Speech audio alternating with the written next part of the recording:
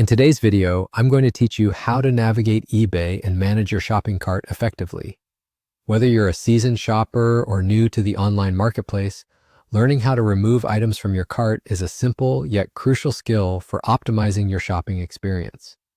So let's dive right into it. To begin, you'll want to open your preferred web browser and head over to eBay's website. Typing www.ebay.com into the address bar and pressing enter will take you right to their homepage. Once you're on the homepage, you're at the portal of one of the largest online marketplaces, filled with countless products just waiting for you to explore. Now on to managing your cart. Once you're logged in on eBay, you'll want to navigate to your shopping cart. Think of the cart as your personal collection space where you can gather all the interesting items you may want to purchase. To find this cart, you'll typically see a cart icon, usually located at the top right corner of the web page. Give it a click. Inside your cart, you will see a list of all the items you have added. This is where you can review your selections and make any last-minute changes before you proceed to checkout. But today we're focusing on how to remove items from this list. So, if you see something in there that you'd rather not purchase, removing it is a breeze.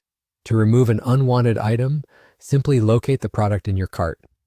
Next to each product, you should notice a button or link labeled Remove. Click on this link.